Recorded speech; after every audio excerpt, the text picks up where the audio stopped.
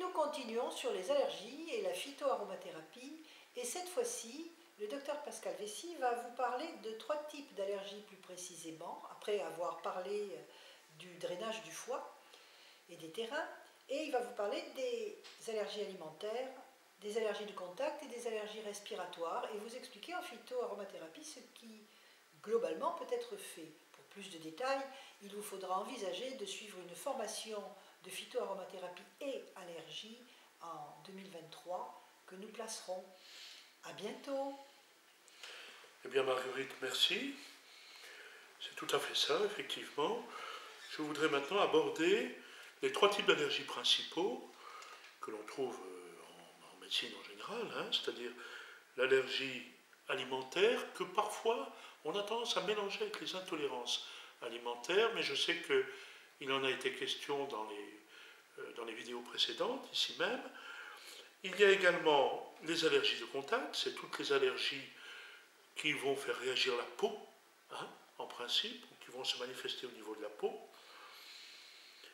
Mais il y a des allergies internes qui peuvent se servir de la peau comme exutoire, c'est-à-dire permettre que l'allergie se fasse à ce niveau-là, puisque la peau, comme vous le savez, est un organe de drainage à part entière. Je peux vous interrompre 2 secondes. Quand vous parlez de la peau, donc des types d'allergies de contact quelque part, c'est ça? Pas forcément de contact, mais est-ce que des allergies cutanées. L'eczéma est-il un type d'allergie? Il y a différents types. Non, l'eczéma est une modalité réactionnelle, mais qui peut être une intolérance plutôt? Oui, ça peut être une intolérance, auquel cas c'est une allergie de contact, effectivement, et ou une réaction externe à une agression interne. Voilà. La peau manifeste à l'extérieur, elle a une grande surface d'expression, donc elle manifeste une agression interne. Et enfin, les allergies respiratoires, que là, tout le monde connaît, bien évidemment, ce sont tous les problèmes ORL, avec le nez qui coule, les yeux qui pleurent, les sinus qui se chargent, les bronches qui sécrètent, l'asthme éventuellement. Voilà, donc, peu importe. Hein.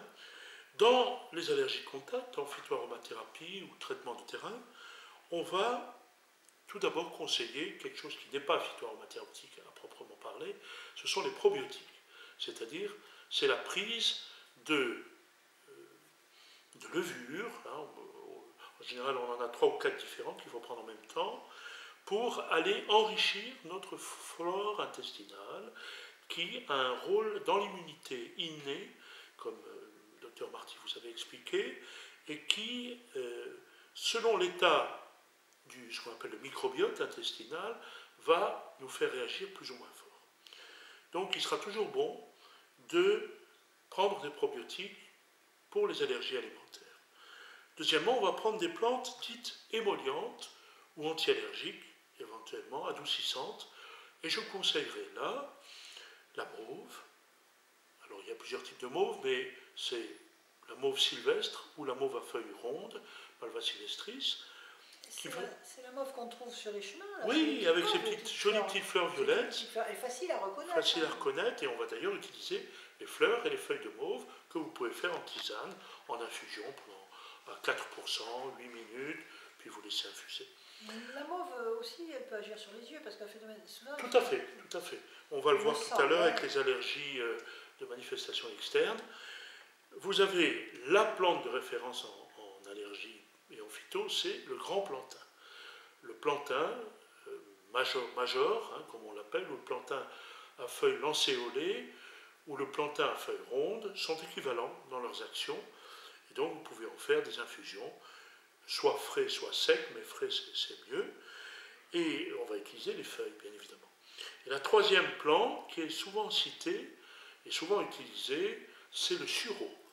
Le sureau est un arbre qui fait des fleurs en saison printanière, qui sont des ombelles, et qui fait des fruits ensuite dont les gourmands se régalent, c'est des fruits noirs, et on fait des tartes au sureau. Les fruits sont aussi des moyens médicamenteux.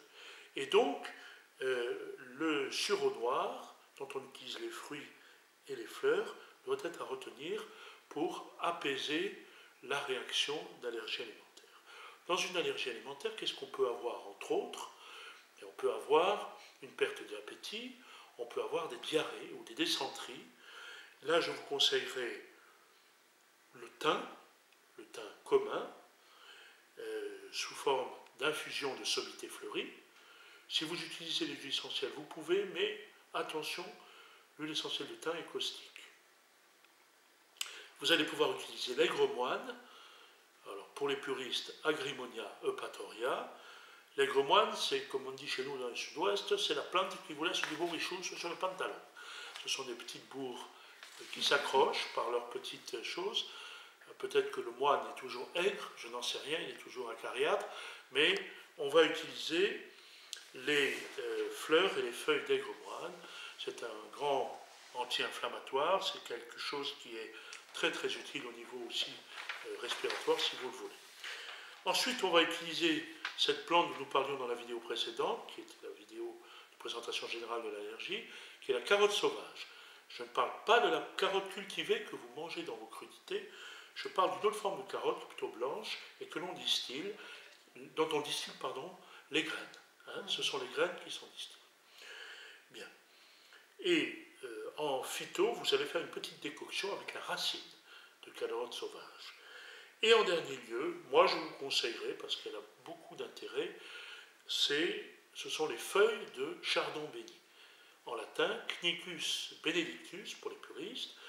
C'est une variété de chardon qui est très efficace pour tout ce qui est allergie interne.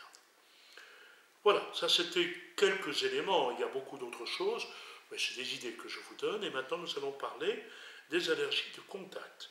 Alors, les allergies de contact peuvent être confondues, et nous en parlions avec Marguerite à l'instant, peuvent être confondues avec des agressions internes que vous subissez, par exemple, je sais pas, des pollens que vous inhalez, et qui vont se manifester par une réaction externe. C'est-à-dire au niveau de la peau, vous allez faire un eczéma, par exemple, qui est dû à des pollens. Mais il y a également des allergies vraiment de contact qui sont dues à des contacts avec des matériaux, comme les métaux, par exemple. Vous avez par exemple, le plus connu, c'est le nickel, mais vous avez également le laiton, vous avez également le cobalt dans certains alliages. Et ces métaux, que vous pourrez porter par exemple pour une montre au niveau poignet, peuvent vous donner des allergies. Ça, c'est la pure allergie de contact. Ou alors vous avez touché un produit, une peinture, un solvant ou autre, qui va vous donner une réaction de contact. Voilà. Ne confondez pas, c'est différent de parler d'un eczéma par allergie de contact, c'est-à-dire en ayant touché avec la peau un produit, et l'eczéma par absorption interne d'un produit allergisant qui va se manifester sous forme externe de contact au niveau de la peau, ou un urticaire par exemple.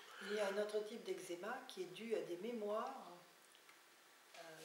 que l'individu a quelque part mis en lui, qui peut venir d'une configuration familiale particulière. Ça, je vous laisserai. Voilà, je vais en parler tout à l'heure. C'est très intéressant. C'est très très curieux, mais ça arrive. Alors, dans les allergies de contact, mais aussi les allergies à manifestation externe, donc là on mélange les deux types d'allergies,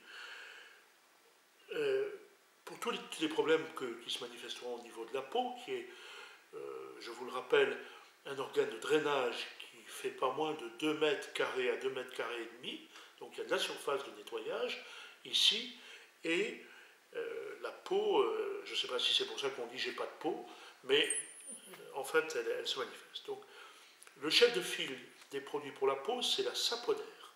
La saponaire, c'est une petite plante à fleurs blanc-violet qui pousse à l'orée de nos bois de chêne et que l'on fait en infusion également, qui va mousser. Saponaire, ça vous évoque le savon, et cette mousse, c'est une mousse qui était utilisée par les paysans autrefois pour se laver. Il y a d'autres plantes à saponine, hétéroside saponine, bien entendu. Donc on va utiliser les fleurs et les feuilles de saponaire. Ensuite, on peut utiliser la grande bardane, vous savez que ces grandes feuilles que l'on voit, la bardane, donc Arctium lapa pour les puristes, ou lapa major pour les puristes. On va utiliser les grandes feuilles et également les fleurs. C'est une plante qui a perdu une partie de ses compétences thérapeutiques parce qu'elle pousse dans des endroits de plus en plus intoxiqués par les herbicides, les pesticides, et on a remarqué que des propriétés qu'elle avait, en particulier des propriétés antiseptiques et antibiotiques, avec ce qu'on appelle les polyacétylènes et les polyines, était en train de baisser parce qu'il y a trop de produits herbicides dans le sol que capte la bardane. Mais elle reste encore valable. Ensuite, ma chouchoute, dont je parle chaque fois, je ne manque pas de parler d'elle, c'est la lavande. La lavande fine, la lavande à feuilles étroites, celle qui pousse à partir de 600 mètres d'altitude. Et donc, je l'appelle, moi, la plante de l'île déserte. Si vous ne deviez n'employer qu'une seule huile essentielle ou qu'une seule plante dans l'île déserte, choisissez la lavande. Et là, vous voyez, nous vous illustrons par la pratique, nous avons un diffuseur d'huile essentielle et nous le respirons, c'est quelque chose qui est apaisant. Et quand on fait des interventions orales, on a le trac toujours un petit peu. Voilà, donc... Oh, vous ne semblez pas trop quand même. Non, là, c'était... Oui, il me semble. Ça ne se voit pas. Ça ne se voit pas. Bien. Ensuite, je vous conseillerais l'origan. L'origan, c'est la plante de la pizza, qu'on met dans les pizzas. À l'origine, ce goût original de la pizza est donné par l'origan. Et on va utiliser les feuilles d'origan qui sont très puissamment anti-inflammatoires. L'origan est très très très joli. Je ne sais pas si vous des imaginez. Feuilles violettes, oui. Oui, des fleurs violettes. Des fleurs violettes très très très jolies. Quand on regarde l'origan en fleurs, c'est joli comme tout. Ensuite, une plante à tout faire, qu'on a désignée comme une plante indésirable, c'est l'ortie. Alors, vous avez deux familles d'orties très puissantes, qui est l'ortie qui gratte, qui démange, hein, qu'on appelle Urtica urens, mais celle-là, on n'en trouve pratiquement plus. Elle a été tuée par les herbicides qu'on met joyeusement dans les jardins pour faire disparaître les orties, qui sont, paraît-il, des plantes, alors qu'elles vous donnent le meilleur d'elles-mêmes, on les considère comme des plantes indésirables. Alors, il ne reste plus quasiment à l'heure actuelle que l'ortie dioïque. C'est un nom botanique, ne vous inquiétez pas, Urtica dioica, qu'on utilise aussi en homéopathie d'ailleurs. Et cette ortie, outre vous offrir tous les merveilleux produits qu'elle a en elle, anti-inflammatoires, elle est également reminéralisante. Donc elle sera utile pour les gens qui ont des faiblesses minérales, comme par exemple l'ostéoporose, comme l'ostéopénie, si vous voulez, puisqu'elle est très riche en silicium organique biodisponible. Donc elle va faire plusieurs choses. Vous avez également le cassis, qui est une grande plante anti-allergique, surtout sous forme de bourgeons, mais aussi sous forme de feuilles. Elle contient des flavonoïdes qui sont des produits qui calment l'inflammation également. Donc, en plus que ça a bon goût, je vous le recommande. Enfin, nous avons le romarin. On est toujours dans les allergies qui se manifestent sur la peau. Et on va utiliser les bourgeons de romarin et les feuilles de romarin, bien évidemment, qui, en drainant le foie, vont d'ailleurs intervenir sur l'intensité de l'allergie. Et je terminerai avec deux plantes. Une auquel on s'attendrait peu, c'est la guimauve. La guimauve, Altaea officinalis, dont on utilise les feuilles et les fleurs, mais également la racine de guimauve. Vous savez, c'était ces espèces de bâtons qu'on avait quand on était jeune. Il y avait des bâtons de réglisse et des bâtons de racine de guimauve, et on mâchonnait ça à titre de bonbon chez les gens qui n'avaient pas beaucoup d'argent. Et donc, la guimauve est émolliente et anti-inflammatoire, donc je vous la recommande. Et enfin, on terminera avec le célébrissime souci des jardins, le calendula officinalis, dont on va utiliser les feuilles et les fleurs. Alors, diluez-le un tout petit peu, et je ne le recommande pas chez les personnes qui ont eu, soit dans leur famille, soit eux-mêmes, des antécédents de cancers hormonaux du sein, parce que le calendula a un effet œstrogénique, et donc, par principe de précaution, on évite de le donner chez les gens qui ont des problèmes hormonaux. Je dirais on évite de le consommer. Est-ce que par la peau, ça pose un problème? Par la peau, il y a énormément de crème au calendula. Ah non, si on le met sur la peau, par exemple, si vous traitez un urticaire ou un eczéma avec du calendula, ça ne pose aucun problème, parce qu'il y a très peu de passages systémiques. Mais il n'y a pas d'huile essentielle de calendula qui ont une forte absorption, donc vous pouvez faire des infusions de calendula, de fleurs et de feuilles, et avec un coton, les mettre sur les parties aussi, sur la peau. Il n'y a aucun problème de ce côté-là. Voilà, mais le calendula, le souci des jardins, est une merveilleuse plante que je vous recommande dans beaucoup de situations. Qu'est-ce qu'elle est belle, elle aussi. Oui, avec son orange ces fleurs orangées là qui sont magnifiques. Et je terminerai, pour ne pas être trop long, enfin c'est mon grand moment, la phytoaromathérapie, par les allergies respiratoires, c'est-à-dire les asthmes, les bronchites irritantes, les rhinopharyngites, les pharyngites, les sinusites, les conjonctivites. Et vous allez avoir pas mal de plantes qui s'occupent de ça. La plus importante, en premier titre, c'est une plante émolliente et adoucissante et expectorante, et en même temps, elle fait suer, elle est ce qu'on appelle diaphorétique, elle permet de vous drainer les toxines en faisant suer la peau. C'est le sureau noir, Sambucus nigra pour les spécialistes, dont on prend les fruits et les fleurs. Ensuite, vous retrouvez là aussi le cassis, sous forme de bourgeon, sous forme de feuilles, qui va vraiment, comment vous dire, stimuler la corticocéanale, c'est-à-dire une glande qui surmonte les reins et qui sécrète pour chacun d'entre nous de l'adrénaline, de la dopamine, des catécholamines de stress, et donc qui est souvent épuisée dans les allergies. Donc, il sera bien bon de prendre des bourgeons de cassis pour remonter la surrénale. D'ailleurs, si vous avez affaire à des gens fatigués, pensez à leur donner des plantes qui stimulent la surrénale. Dans une dernière partie, je vous les donnerai. Ensuite, vous penserez à nouveau à la guimauve, puisque c'est une grande plante au niveau des bronches. Puis ensuite, la pensée sauvage. Pensée sauvage, c'est une plante avec une très jolie fleur qui a 3 couleurs, le blanc, le jaune et le violet. Et la pensée sauvage, on utilise les feuilles et les fleurs. C'est une viola, une violette, hein, c'est une variété de violette en fait, viola tricolore. La violette a 3 couleurs, alors que la violette de nos sous-bois, au moment du printemps, elle n'a qu'une couleur, la couleur violette. Et le violet de la pensée sauvage, pour ceux qui voudront aller la récolter, est beaucoup plus profond, beaucoup plus sombre que le violet de la douce violette, qui est un violet très doux. Et je terminerai par 2 plantes. La première, c'est la pâquerette. On ne s'y attendrait pas ici parce qu'on l'utilise beaucoup pour les hématomes. Vous connaissez le nom latin de la pâquerette? C'est Bellis perennis. En latin, qu'est-ce que ça veut dire? Ça veut dire que la guerre peut continuer. Ça, c'est un jeu de mots de nos anciens qui voulait dire que si on avait des pâquerettes dans son escarcelle, on avait beaucoup moins d'hématomes, beaucoup moins de chocs hémorragiques. Bon, mais c'est un petit peu audacieux comme appellation. Donc on utilise les feuilles et les fleurs de pâquerette qui vont vous aider pour les allergies respiratoires. Et je terminerai par l'écorce d'orme champêtre, Ulmus campestris pour les spécialistes. On va donc faire des décoctions d'écorce et il a tout à fait sa place par ces tanins, entre autres, qui sont des principes actifs qui sèchent les bronches, qui les imperméabilisent. Voilà. Et on Excusez-moi, oui. Monsieur, mais vous voulez parler de l'orme, mais l'orme, il a un petit problème, on ne trouve plus de vieux ormes. Il n'y a plus que des jeunes hommes. L'écorce des jeunes ormes, ça elle marche. Elle est moins riche en tanin, voilà, ça marche moins bien. Effectivement, vous avez raison de le dire. Parce qu'on n'en trouve quasiment plus des vieux ormes. Il y a eu une grosse maladie là-dessus et ils sont morts. Ils sont morts. Et donc on se retrouve à plus trop pouvoir utiliser l'orme tel qu'il était utilisé dans des temps plus anciens, avant la Seconde Guerre mondiale, n'est-ce pas, avant qu'on entre dans l'industrialisation de la pharmacie. Et excusez-moi, c'est une petite pique. Mais donc le problème, c'est que là, eh bien, ce conseil, il va falloir vérifier, ce sont peut-être des ormes qu'on trouvera ailleurs qu'en France notamment. Tout à fait.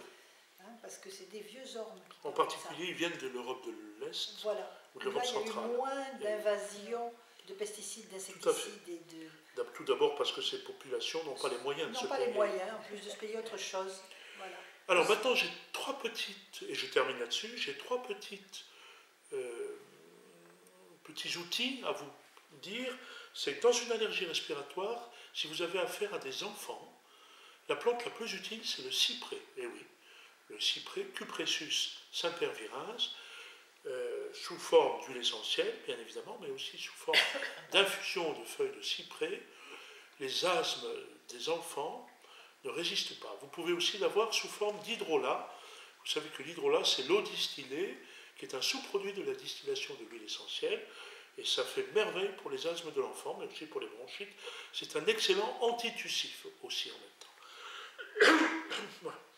Si vous avez affaire à une personne un peu forte, je dirais carrément obèse, qui a besoin d'avoir aussi un drainage en même temps, vous pourrez utiliser de manière discontinue, parce que c'est une plante qui peut avoir petite action toxique si on en prend trop, c'est la douce amère. Solanum, c'est une solanée d'ailleurs, qui sont une famille de plantes un petit peu hardes, comme on dit chez les jeunes. Les empoisonneuses. Les empoisonneuses. Voilà, c'est les plantes des sorcières. Des sorcières. Voilà. Alors, Solanum dulcamara, vous utiliserez la tige et vous ferez des cures discontinues chez une personne qui est obèse, et je peux rajouter un petit détail, qui est sensible à l'humidité, qui fait donc des allergies respiratoires aggravées par l'humidité. Et enfin, troisième petit conseil de passage, c'est si on a affaire à un virus, c'est-à-dire si on a des frissons, des courbatures, une fièvre qui monte relativement rapidement et qui plafonne à 18 heures dans la journée, vous pouvez savoir que c'est un virus à ce moment-là, parce qu'il n'y a pas que le coronavirus, il y a d'autres virus bien évidemment. Vous allez penser aux feuilles de buis. Le buis, Buxus sempervirens, est une plante qui est mal connue du grand public. Les feuilles, outre être anti-fébrifuges, c'est-à-dire antipyrétiques, outre être diaphorétiques, c'est-à-dire qu'elles font suer aussi, elles sont spécialisées dans l'inflammation due au virus.